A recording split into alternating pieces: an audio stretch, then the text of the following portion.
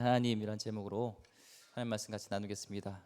오늘부터 이제 또 창세기 이후에 출애굽기로 이어지는 말씀인데요. 출애굽기는 뜻이 뭐죠? 이집트 탈출기라고도 얘기하지만 원래 이 출애굽기는 원 제목은 원래 출애굽기는 아니었습니다.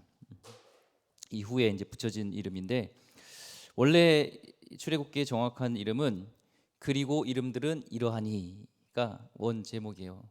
히브리어는 성경 각 권마다 이제 첫 번째 나오는 단어, 그 문장의 단어를 주제로 그 제목으로 붙이거든요. 창세기는 브레시트라고 합니다. 그거는 태초에가 원래는 처음에 나오는 단어이기 때문에 태초에란 뜻이 있죠.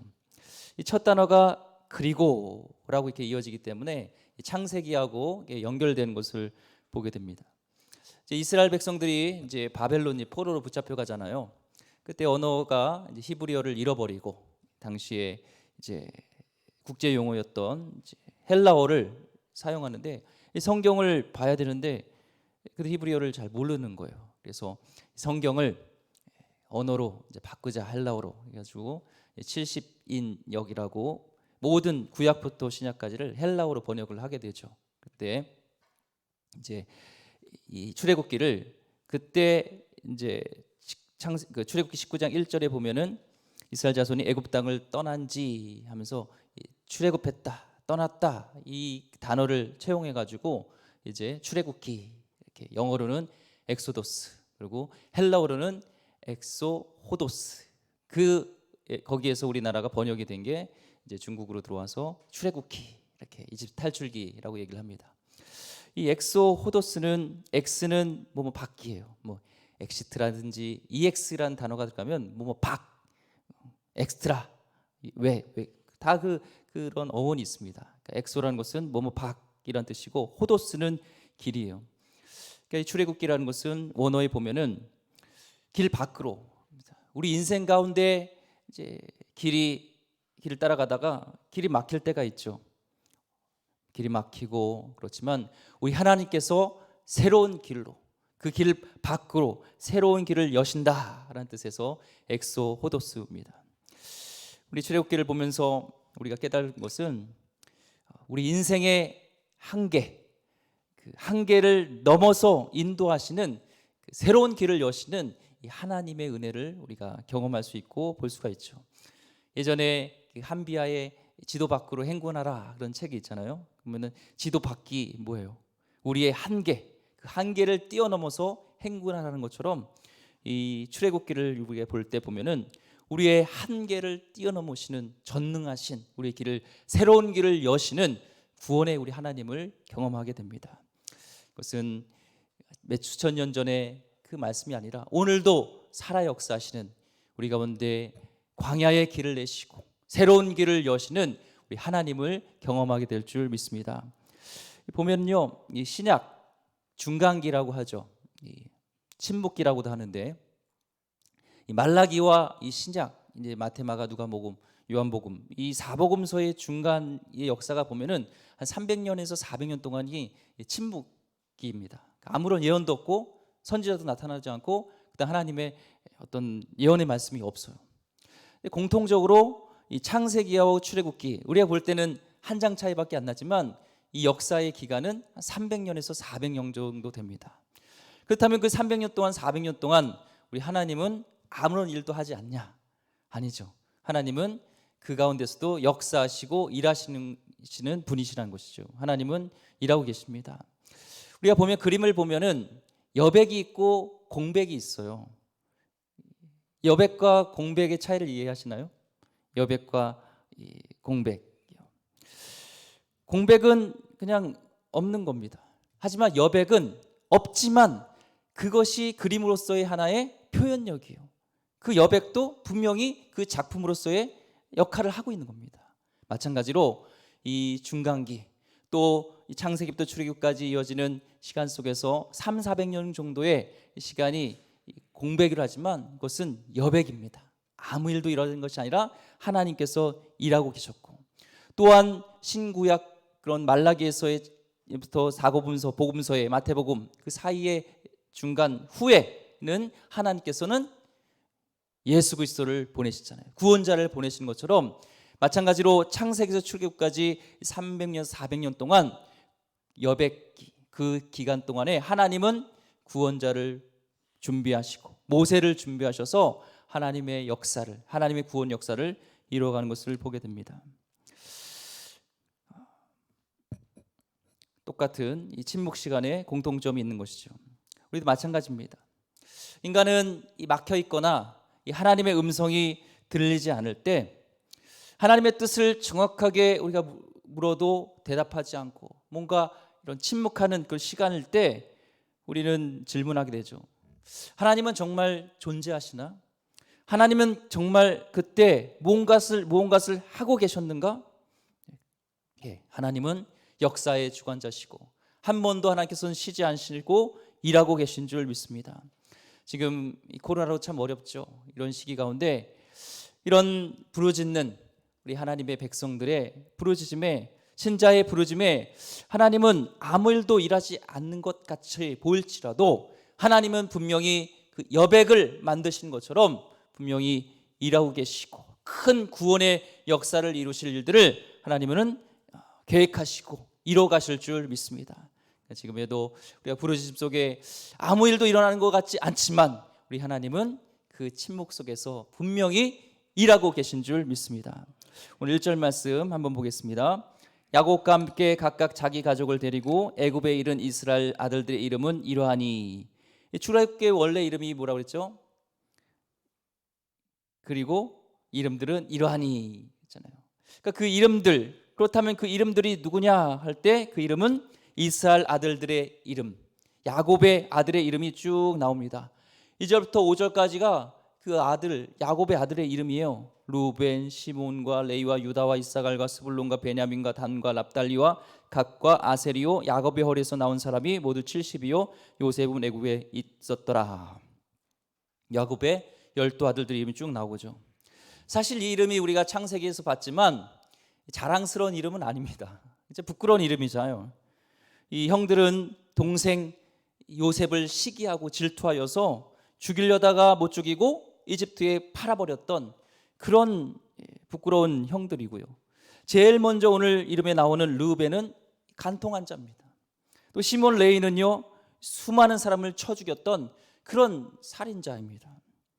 그런 자들을 하나님은 구원하셔서 스스로 구원받을 수 없는 이런 부족한, 우리가 볼 때는 엉망인 이들을 통해서 하나님은 이스라엘 나라를 세워가는 것을 보게 되죠. 요셉은 마찬가지예요. 요셉도 우리가 총리로 이해하지만 그 전까지 애굽으로 팔려갈 때는 무능력한 사람이 바로 요셉입니다. 오늘 이름을 이렇게 기록한 이유는 부끄럽거나 또한 무능력한 그런 이름, 그 사람을 통해서 하나님은 12지파를 이뤄가시는 것, 놀라운 일을 하고 계시는 하나님을 보게 됩니다.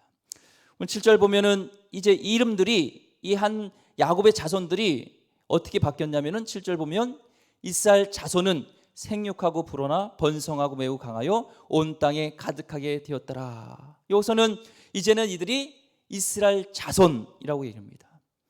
이스라엘의 민족과의 자손은 이스라엘 민족, 국가, 이런 나라 개념으로 이해하면 됩니다. 이스라엘 누구예요? 원래 야곱이잖아요. 야곱, 자연인 야곱, 훔치는 자 야곱, 부족하는 자 야곱이 이제는 하나님께서 야복강에서 새롭게 지어진 이름, 민족의 이름, 이스라엘 조상이 될 이 이름 이스라엘로 바꿔주셨던, 이제는 한 가족의 이름이 아니라 한 민족으로 출발하는 공동체로서 이제는 소개하고 있는 것이 바로 이 7절 말씀입니다. 이제 이 창세기부터 출애굽까지 몇 년의 역사가 지났다고 그랬죠? 대략 300에서 400년의 역사가 지금 지났습니다. 애굽 땅에서 이제 고센 땅에 들어간 지 300년에서 400년 된 후에 70명이 들어갔는데 어떻게 됐죠? 5절 보면 이제 70명이 들어갔는데 놀랍게도 이 70명이 이제 장정만 60만 명이 됩니다. 그리고 장정만 60만이면은 대략적으로 어림잡은 총 인원이 200만으로 많은 거예요.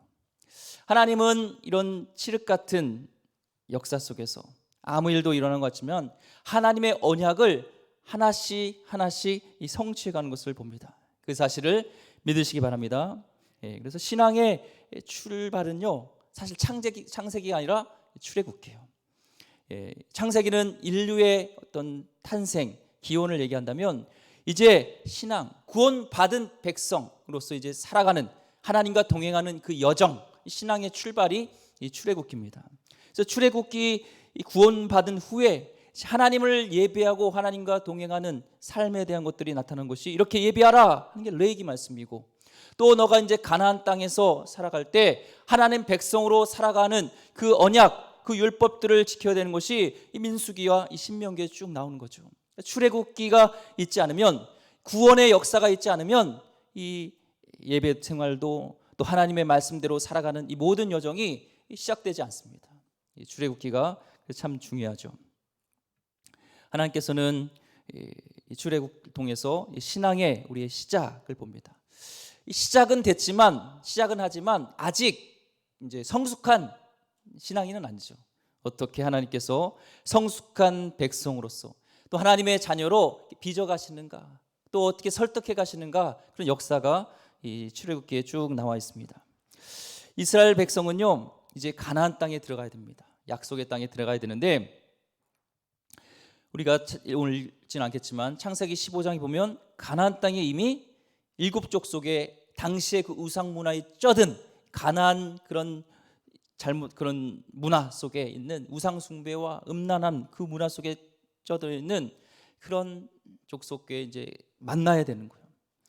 그런데 이제 이들의 그런 잘못된 문화, 하나님의 가치관이 아닌 이 세상 문화로 빗대어지는 이 애굽 문화에 있는 이들을 이제 하나님의 문화로 바꿔가는 그런 것이 필요하죠. 애굽도요, 이 가나안 종교의, 가나안 땅 들어갈 종교에 못지않게 이 제의와 이 화려한 문화들이 있었습니다.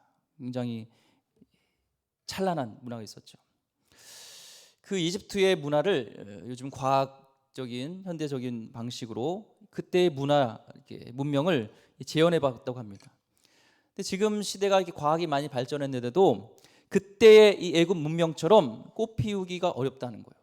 예를 들면은 이집트인들이 세웠던 이 발굴되는 지금 피라미드가 있잖아요. 지금의 과학 기술로도 이 피라미드를 만들 수 없답니다. 이게 미스테리예요. 그 정도로 이 문명이, 대단한 문명이 바로 이집트 문명이었습니다. 매력적인 국가였습니다. 그래서 창세기 13장 10절에 보면 롯이 이 땅을 정할 때, 아브라함과 너는 좌하고 다음날 우하고 우하면 좌할 때 롯이 봤을 때 뭐라고 얘기하면, 요단 지역을 바라본즉 소알까지 온 땅에 문이 넉넉하니 여호와께서 소돔과 고모라를 멸하시기 전이었으므로 여호와의 동산 같고 애굽 땅과 같았더라. 이 여호와의 동산, 에덴이잖아요. 그것과 애굽 땅을 서로 비교합니다. 어울리지 않는 두 나라가 나오는 이유는 여호와 동산처럼 애굽 땅이, 애굽 문화가 찬란했다는 겁니다. 그것을 볼 수가 있죠. 여기서 이스라엘 백성들이 몇 년을 사냐? 거의 400년을 살게 되는 거예요. 400년 동안 살면서 그 나라의 문화에 잠식되어 있고, 하나님 백성으로서의 자유가 아니라 노예로서, 또한 그 이집트의 찬란한 문화 속에서 그 우상 숭배하는 문화에 쩌들어 있는 그 모습이 지금 이스라엘 백성의 모습이 있는 것이죠. 그렇잖아요. 그 나라의 문화를 지배받잖아요. 식민지에서도. 우리나라도 이 36년 일제 치하에서도 이 잔재 문화가 36년인데 불구하고 잔재 문화가 남아 있잖아요. 우리 부모님 세대 또 우리 선배 세대를 보면은 그 일제 문화가 경험했던 잔재들이 있는데, 하물며 지금 이스라엘 백성들이 400년을 이집트에서 있다고 생각하면은, 물론 하나님께서 고센 땅이라는 이 가축 기르는 자를 싫어하는 이집트인들의 특성을 활용하여서 하나님께서는 구별하려고 따로 고센 땅에 정착하게 됐지만, 400년 동안 이들과 교류하면서 이들의 우상 문화, 그 태양신을 섬기고 이 신전 문화가 이들에게 물들어 있었겠죠. 자, 이후로 이제 6절 말씀, 7절 말씀 보겠습니다. 6절 말씀 보겠습니다. 요셉과 그의 모든 형제와 그 시대의 사람들은 다 죽었고, 요셉과 그 형제와 그 시대의 사람들은 다 죽었습니다. 죽은 사람들이 있지만 7절 보면은 이스라엘 자손은 생육하고 불어나 번성하고 매우 강하여 온 땅에 가득하게 되었더라. 하나님께서 아브라함에게 약속하셨던 그 약속이 지금 이어지고 있습니다. 요셉과 형제들 또 그 시대 사람들이 죽었지만 죽는 사람보다 더 하나님께서는 생명을 잉태하게 되어서 하나님의 보호하심과 하나님 함께 하심으로 더 강성해지고 번성하였던 하나님의 그 언약의 말씀들이 이어지는 것을 보게 되죠. 하나님의 새로운 한민족 공동체가 잉태되는 것을 보게 됩니다. 그런데 좀 특이한 이 문장이 이 8절 말씀인데요. 8절 보면 이렇게 나와 있습니다. 우리 같이 읽어볼까요? 시작. 요셉을 알지 못하는 새 왕이 일어나 애굽을 다스리더니. 자, 요셉을 알지 못하는 새 왕이 애굽을 다스렸다. 당시에 이제 정치적인 상황을 우리가 볼 수가 있는데, 애굽은 많은 이 정변, 또 정략, 침략, 정변 침략, 뺏기고 빼앗는 이런 전쟁들이 많이 있었습니다. 그러니까 요셉이 애굽 총리로 있을 때는 왕조가 이 힉속스 왕조입니다. 셈족이고 요셉도 셈족이에요.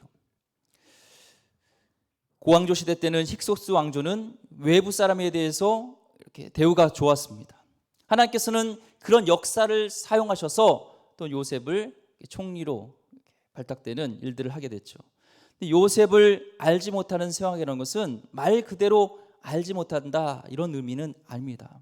왜냐하면 애굽의 지독한 그 흉년을 그 위기 속에서 그것을 극복하게 한 자가 누구였어요? 요셉이었잖아요. 이런 사람을 이 왕조가 바뀌었다고 모를 리가 없죠. 이 모른다는 것은 요셉의 정책에 동의하지 않는 새 왕조가 일어난 것을 알지 못한다랍니다. 성경에서 알다라는 개념은 우리가 생각하는 그 알다와 좀 달라요. 하나님은 우리를 아십니다 할 때 그 안다는 것은 어떤 정보나 세무 항복 어떤 그것에 대해서 아는 것이 아니라 관계로서 알고서 동의하고 받아들이고 그걸 사랑하고 관계적인 거예요. 그러니까 지금 이 요셉을 알지 못하는 것은 관계적으로 잘 모르고 그의 말에 동의하지도 않고 그를 인정하지 않는다는 겁니다. 예전에 2008년도 이 베이징 올림픽이 있었죠. 그때 야구에서 금메달을 땄습니다. 그때 일본이 최강 전력을 드림팀을 만들어서 나왔어요. 그때 감독이 이제 코시노 감독이었는데 한국 선수에 대해서 이제 어떻게 묻는 거죠. 이런 경기하는 한국 선수가 있냐 하면서 이승엽 선수 당시에 이제 일본에서도 이 홈런 타자로 유명했고 아시아에서 왕정치인가요? 동타율로 홈런 왕도 하고 했잖아요. 모를 리가 없습니다. 그때 이승엽 선수를 아느냐, 그를 경기하느냐 이제 할 때 코시노 감독이 그랬습니다. 이승엽이 누구입니까? 라는 그 인터뷰를 했어요. 그게 무슨 말이에요? 코시노 감독이 이승엽을 몰라서 그럴까요? 그게 아니라 무시하는 거죠. 인정하지 않는다는 겁니다. 지금 이 요셉을 알지 못하는 새 왕이라는 것은 요셉을 모르는 것이 아니라 인정하지 않는다는 것이고, 사실 이 바로 이제 새 왕은 바로 이름은 나오지 않습니다. 바로라는 것은 파라오라서 이 왕행을 직책하는 직책이지 사람 이름이 아닙니다. 우리가 그럴 때 바로 하면 이름이 생각하는데 아니에요. 그건 이집트의 왕 직책을 얘기하는 이 파라오를 얘기합니다. 그 왕이 새로운 왕이 요셉을 인정하지 않았다 이렇게 얘기를 합니다. 그러면서 그 왕이 걱정하는 것이 이제 9절 말씀에 나오는데요. 그가 그 백성에게 이르되 이 백성 이스라엘 자손이 우리보다 많고 강하도다. 하나님의 언약의 성취로 이 백성들이 점점 많아지는 거예요. 지금도 이스라엘 사람들은요 아기를 잘 낳는데요. 예, 밭에서 일하다가도 승풍승풍 낳고 전 세계에 디아스포라 많이 틀어졌지만 하나님의 언약의 축복이 지금도 이어지고 있습니다. 근데 10절 말씀 보니까 자 우리가 그들에게 대하여 지롭게 하자 두렵건대 그들이 더 많게 되면 전쟁이 일어날 때 우리 대적과 합하여 우리와 싸우고 이 땅에서 나갈까 하노라 하고, 바로의 염려는 이 두 가지 이중적입니다. 하나는 이스라엘 민족이 이제 두려운 거예요. 힘이 많아지는 거예요. 당시는 전쟁은 쪽수잖아요. 인원이 많아지니까 두려운 겁니다. 그런데 나가기는 원치 않아요. 그 이유는 이만한 노동력이 없죠. 경제 발전에서 이만한 노동력을 찾을 수가 없습니다. 그러니까 경제 발전을 위해서 노동력을 또 착취해야 되지만 또한 인원수가 많으니까 이 물리적인 것으로 공격해 올까 두려운 겁니다. 지금 우리나라도요, 이 동아시아 쪽에서 온 코리아 드림을 꿈꾸는 이주 노동자가 참 많죠. 이들이 빠져나가면요, 지금 이 공장들이요 올스톱할 정도라고 합니다. 요즘은 한국 사람이 이런 기름때 손에 묻히는 거 안 하려고 하잖아요. 싼 이 노동력에 이 외국인 노동자들이 자리매김을 했습니다. 대림동, 뭐 안산 이런 데 가면요, 우리나라인지 외국인지 모를 정도로 다 이렇게 외국인들이 많이 들어와 있어요. 우리는 이 어려운 상황 속에서 좀 다른 얘기지만 세계 복음화를 위한 또한 하나님의 저는 뜻이 있다고 생각합니다. 그들을 선교 자원으로 봐야 돼요. 왜냐하면 우리가 지금 코로나 때문에 가지 못하지만 이미 저들이 온 노동력은요, 우리가 볼 때는 값싼 노동력이지만 그 나라에서는 이 대학을 나오고 박사도 있고 굉장히 고급 이 노동력입니다. 고급 자원입니다. 저들을 훈련시켜서 기도해서 잘 파송하면 이 선교의 귀한 이 교두보가 될 수 있죠. 프랑스가 사실 선교의 목적으로 이 아프리카의 무슬림들을 많이 이렇게 난민을 받았습니다. 목적은 이 선교였는데 그들에게 복음을 전하지 않고 그들을 잘 섬기지 못할 때 오히려 이 난민들이 정착하면서 무슬림들이 테러를 일으키고 이런 일이 있잖아요. 저들을 잘 복음으로 양육하지 않고 저들을 잘 섬기지 않으면 나중에는 어떤 우리에게 위험이 있을 수도 있지만 있을 수 있습니다. 하지만 저들을 잘 돌보면 저는 분명히 선교 자원이 될 줄 믿습니다. 그래서요, 이 바로가 이런 두 가지 고민이 있잖아요. 노동력으로서 써야 되는데 또 물리적인 어떤 충돌에 대한 두려움이 있습니다. 그래서 이 바로가 내놓은 카드가 이 고난이라는 카드예요. 고난. 출애굽기에 보면은 이 바로를 통해서 역사적인 상황 속에서 또 하나님은 광야를 통해서 계속적으로 이스라엘 백성을 고난을 줍니다. 이 고난과 또 고난 후에 부르짖고 하나님께 나갈 때 하나님은 구원하셔요. 이 출애굽기에 이 패턴이 있다면 이 고난과 구원이 계속 연결되는 겁니다. 그리고 하나님 그 속에서 이스라엘 백성과 동거하고 같이 동행하는 그 일들이 또 있습니다.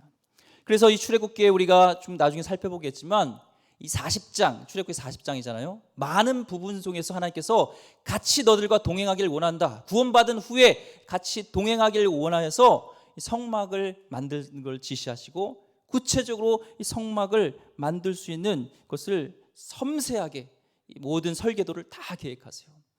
이걸 통해서 우리가 알 수 있는 것은 하나님이 우리와 동행하시는 것은요, 그냥 대충대충이 아니라 상징적으로 섬세하게 우리를 다루신다는 거예요. 하나님이 우리와 동행하고 임재하는 것은 자세합니다. 섬세합니다. 구체적입니다. 대충대충이 아니라 우리의 일거수일투족, 우리의 신음 속에서도 섬세하게 역사하시고 함께 하시는 이 성막을 통해서 하나님의 임재하고자 원하는 하나님의 성품을 우리가 알 수가 있습니다. 출애굽의 역사는 분명히 이집트에 탈출하는 구원의 역사입니다.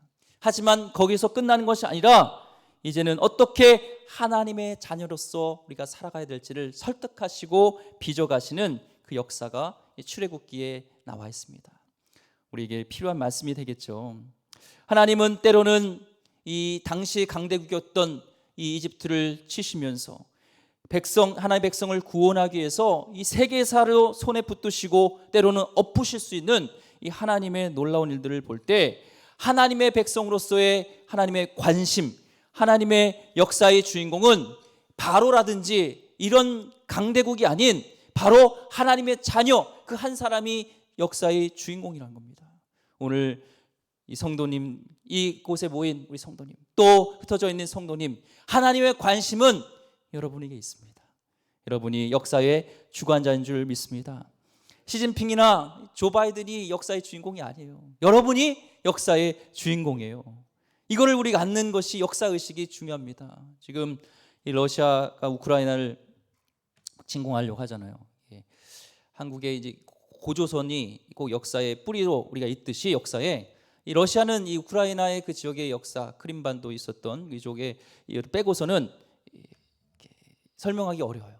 그리고 이제 구소련 이제 붕괴 이후에 사실 약조한 부분이 있습니다. 독립하는 과정 속에서 널 독립시켜주면 지금은 해체되지만 구소련이 나중에 다시 우리의 편입돼서 동맹 관계로 가자. 그런데 지금 우크라이나가 그렇지 않으니까 막 지금 침공하려 하는 이런 여러 가지 이해관계 속에서 얽혀 있습니다. 여기서 또 열방들이 뭐 영국이라든지 미국 각 나라의 자기네 이익에 따라서 움직이지만 결국에는 그런 강대국을 통해서도, 이런 역사 속에서도 하나님은 한 영혼을, 한 사람을 구원하기 위해서, 여러분을 구원하기 위해서 하나님께서는 일하고 계시고요. 그 모든 것을 엎으시기도 하고 이용하시는 것이 뭐예요? 구원하기 위한. 여러분은 역사의 주관자인 줄 믿습니다. 여러분의 역사의 주인공인 줄 믿습니다. 하나님이 경영하는 이 손길을 보면 침묵하고 계신 것 같지만 일하고 계세요.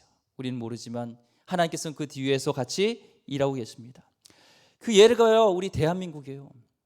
근대사를 보면요, 대한민국이요, 사실 12번도 절단 나도 망해도 사실은 이해가 되는 그런 나라가 이 대한민국 아닙니까? 그런데 세상 밖에서 나가 보면요, 이 허리가 끊겨진 이 조그만 땅덩어리에서요, 이런 반전을 이룬 나라가 없습니다. 유럽을 가도, 이제 전 세계를 가도요, K-팝, 한류, K-드라마 하면요 모르잖아요. 여러분 이제 코로나에서 전 세계 나갈 때는요, 한국 사임을 하면요, 이렇게 같이 사진 찍자고 할 거예요. 전 세계 유일하게 원조받던 나라에서 원조하는 국가는 없습니다. OECD 국가에서 우리나라밖에 없습니다. 저는 이것이 우연이 아닌, 하나님은 그 고난 후에 하나님께서 전 세계를 구원하고자 하는 선교를 이루고 한 하나님의 놀라운 계획이 있다고 저는 믿습니다. 이 나라를 축복하시는 이유가 선교, 출애굽도 하나님의 구원을 통해서 이스라엘 백성과 또 이집트와의 관계 속에서의 역사를 이용하시고 패권 국가들을 이용하셨던 것처럼 하나님은 여러 가지 복합적인 역사 속에서도 대한민국을 이렇게 살려주시고 이렇게까지 하나님께서 이루시는 것은 분명히 우리를 나라를 통해서 분명히 이루고자 하는 하나님의 구원 계획이 있는 줄 믿습니다. 그래서 우리는 먹어도 주를 위해서, 입어도 주를 위해서, 돈을 벌어도 이제는 선교 위해서, 여기에 우리의 초점을 맞춰줘요. 우리 교회도 이런 코로나이지만 분명히 하나님의 그런 생각을 보면서 구원의, 한 영혼의, 온 세계의 구원을 이루고자 하는 하나님의 뜻을 우리는 생각해야 될 줄 믿습니다.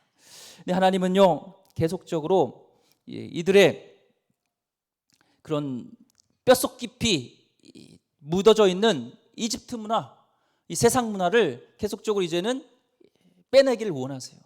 그 과정이 이제 광야의 시간을 보게 됩니다. 하나님은요, 고난의 도구로 통해서 하나님의 백성으로 빚어가세요. 구원을 이루거나 하나님의 계획이 있습니다. 우리가 볼 때는 고난이 없으면 더 하나님을 잘 믿을 것 같은데 아닙니다. 하나님과 기도할 때도 하나님, 옵션 기도를 하죠. 이번에 승진만 시켜주면, 제 아들이 하나님 대학 인서울에만 들어가게 하면, 뭐만 해주면 하나님 잘 믿겠습니다. 그런데요, 안 그래요. 그게 이제 출애굽 역사에 나타납니다. 광야를 이제 구원받고 난 후에 당면할 문제가 뭐냐면 먹는 문제였어요. 하나님 물 주세요. 하나님 고기 먹고 싶어요. 그러면서 이집트 문화를 다시 그리워합니다. 그 끓는 가마 속에서 있었던 음식들, 거기서 정말 하나님께서는 그들의 부르짖음에 정말 이 사이에 고기가 낄 정도로 먹이시고 40년을 만나로 먹였었는데 저들이 하나님의 순종합니까? 하나님 저를 먹이셨으니 하나님 이제 하나님 백성대로 살겠습니다. 아니에요.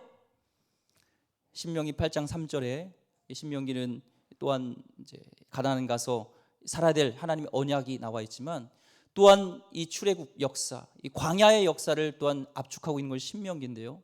거기서 결론적으로 모세를 통해서 뭘 얘기하냐면은 이렇게 얘기합니다. 신명기 8장 3절 말씀 같이 읽어보겠습니다. 시작. 너를 낮추시며 너를 줄이게 하시며 또 너도 알지 못하며 내 조상들도 알지 못하던 만나를 내게 먹이신 것은 사람이 떡으로만 사는 것이 아니요 여호와 입에서 나오는 모든 말씀으로 사는 줄을 내가 알게 하려 하심이니라. 아멘. 결국에 하나님께서는 뭘 원하셨냐면은 고난이 아닌 목적이 아니에요.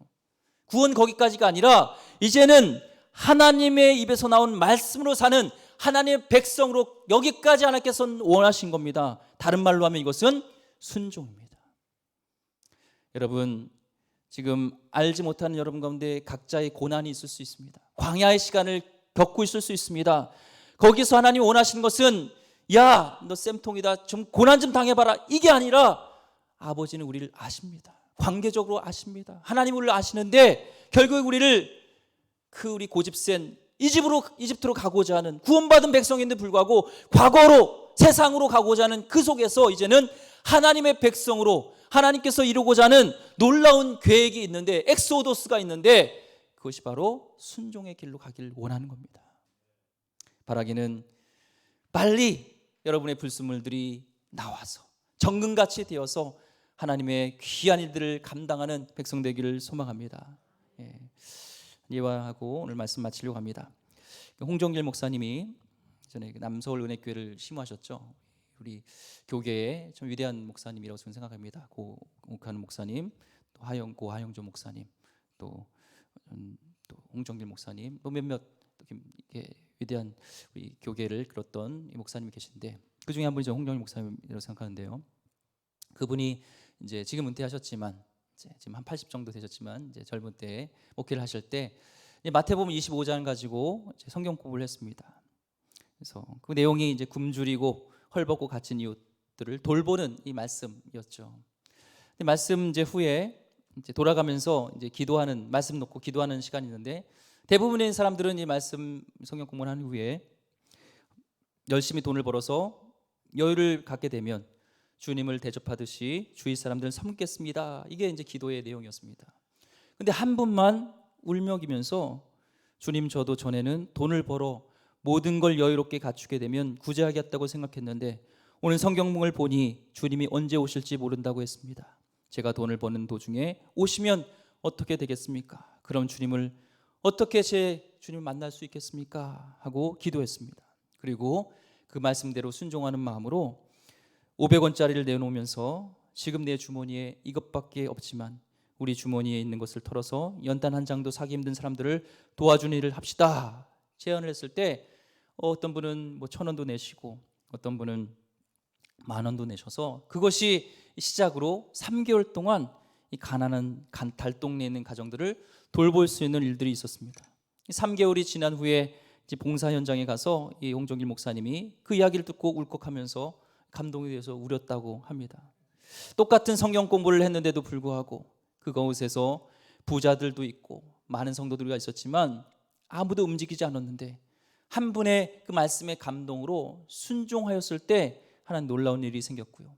그 이후에 예배 후에 재직회에 오는 집사님이 감동으로 자기가 2,000만 원을 또 헌금하여서 또 이웃을 돕겠다는 제안을 하게 되고, 당시에 또한 이 장례비가 없어서 달동네에 장례를 못 치르는 가족들을 돌보자, 전에 우리 교회가 부담하자 해서 구제비를 1억 이상 책정하는 이 파격적인 일도 일어났습니다. 당시에 교회 구제헌금이 한 200만 원밖에 없었고요. 그것도 제대로 써본 적이 없었다고 합니다. 근데 나중에는 구제부에서 사회봉사위로 가고 이 남서울 은혜 교회 가면은 많은 일들을 하고 있는 것을 보게 되죠. 한 영혼의, 한 분의 순종함을 통해서 하나님은 역사하시고, 하나님은 이 출애굽을 통해서 우리에게 주신 말씀은 다른 것이 아니라, 세상의 가치관이 아니라 하나님의 입에서 나온 말씀으로 살아가는 그 백성이 되기를 원하는 하나님의 놀라운 기대감이 있는 것입니다. 영국이 노예제도가 폐지되지 않고 있었을 때 윌리엄 일버포스라는 분이 하나님의 말씀이 있는 중에 갈라디아 3장 28절 말씀이 마음에 와닿았어요. 하나님이 주시는 메시지로 들었습니다. 너희는 유대인이나 헬라인이나 종이나 자유인이나 남자나 여자나 다 그리스도 예수 안에서 하나이니라. 이 말씀에 순종하여서 당시에 많은 정치로부터 공격을 당하고, 왜냐하면 정치인들이 대부분이 노예를 두고 있었기 때문에 이 말씀이 진리로 믿고 순종하여서 결국 영국의 노예 무역제도를 폐지하는 일에 희생하게 되고 그것을 헌신하게 되었고요. 이 정신이 이어져서 에브라함 링컨까지 이어져서 놀라운 거대한 역사를 이루는 하나님 놀라운 일들이 있었습니다. 어떤 신학적인 어마어마한 말씀이 있었던 것이 아니라 단순하면서도 분명한 하나님의 말씀에 순종할 때 우리는 그 말씀을 통하여서 엑소호도스, 새로운 길을 여시는, 돌파하시는, 살아계시는, 전능하시는 그 하나님을 경험하게 될 줄 믿습니다. 그 역사의 주인공이 되시는 하나님의 백성 되기를 주의 이름으로 축원드립니다. 기도하겠습니다. 하나님, 오늘 또한 새롭게 또한 출애굽기를 보게 하시니 감사합니다. 출애굽을 준비하시는 하나님, 우리가 먼저 준비되게 하여 주시옵소서. 하나님, 이것만 하면 내가 주님을 잘 섬기겠는가 아니라 고통 속에서, 고난 속에서 이집트를 사모하는 것이 아니라 하나님의 가치관, 하나님의 말씀으로 살겠노라 결단하는 하나님의 백성 되게 하여 주시옵소서. 귀하신 예수 그리스도의 이름으로 기도드립니다. 아멘.